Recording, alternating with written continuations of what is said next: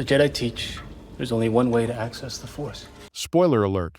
Because of his unique perspective on the Sith, Qimir the Stranger turned out to be one of the Acolyte's best features. In Star Wars films and television series, the strongest Sith have long been favored by viewers. In fact, some of the greatest characters in Star Wars are the antagonists, the Sith in particular, because of their formidable power as well as their intricate storylines. Similar to this is Qimir, whose tale in the Acolyte was among the most gripping, and who demonstrated his strength with the graphic Jedi deaths in the Acolyte Episode 5. But the Stranger also adds something entirely fresh to the franchise. In particular, Qimir's objectives diverge significantly from those of the Sith observed throughout the Star Wars chronology, and this shift in emphasis resulted in some incredibly unusual on-screen actions.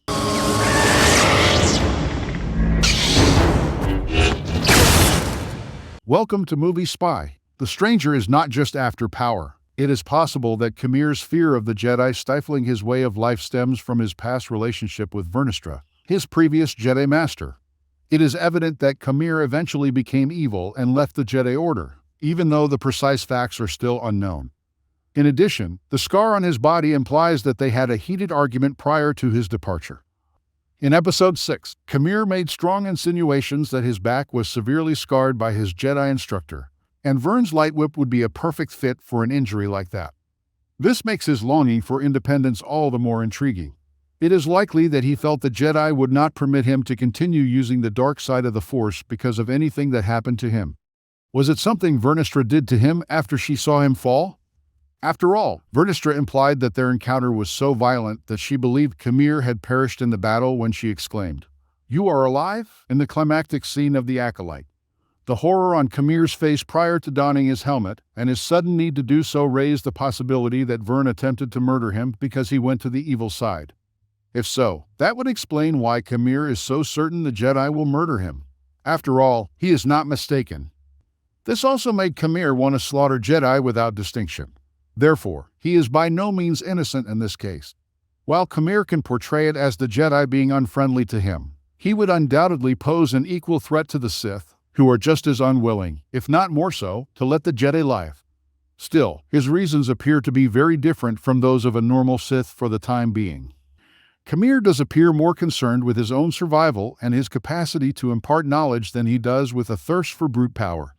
He yearned for a student who would most likely follow the Sith rule of two and develop into a real Sith master. But there was also something terribly lonely about Qimir, so maybe his intentions are really different. Indeed, Qimir appears to be deviating from the traditional Sith desires, as evidenced by his obvious interest in a romantic relationship with Osha and his desire to be her Sith master, a move that will no doubt complicate matters greatly. This Sith disrupts the masculine norm. The Stranger's treatment of Osha after the Acolyte Episode 5 proved to be quite intriguing. Even considering the presence of the Brendok witches, that episode may have been the bloodiest on the show. But by Episode 6, Qimir's actions had completely changed. Actually, this metamorphosis started earlier, when he found Osha unconscious in the forest and gave her a hug, covering her arm with his cape. This was strange enough, but in Episode 6, Qimir showed Osha complete gentleness. He did not even flinch when she put a lightsaber to his throat. He repeated the argument he would make about the Jedi attacking him when he was defenseless, pointing out that she was armed and he wasn't, which was undoubtedly part of his plan to turn her to the dark side. In the end, he showed that at least some of his kindness was sincere because he held her hand and covered hers with his thumb, even after she had gone evil. Compared to the Sith of the past, who had no tender side, this is a significant turnaround. Palpatine was obviously ruthless and heartless, yet even Anakin Darth Vader was combative, enraged, and prepared to use force to strangle someone at any time. Not quite a Sith, Kylo Ren was perhaps the worst of them, throwing full-fledged fits and destroying things when he was angry. In contrast, Qimir is not nearly as ruthless when he is not fighting, at least not with Osha. Sith needed more in Star Wars, like the Stranger. Actually, Qimir in Star Wars is a great change of pace. Even though no two Sith have ever been the same, they have all generally followed the same pattern of being driven by fury and hatred and having a preoccupation with power. In that sense, Qimir the Stranger is truly unique. Yes, he killed a great deal of Jedi without hesitation, but it also appears that he had other goals in mind than achieving ultimate power.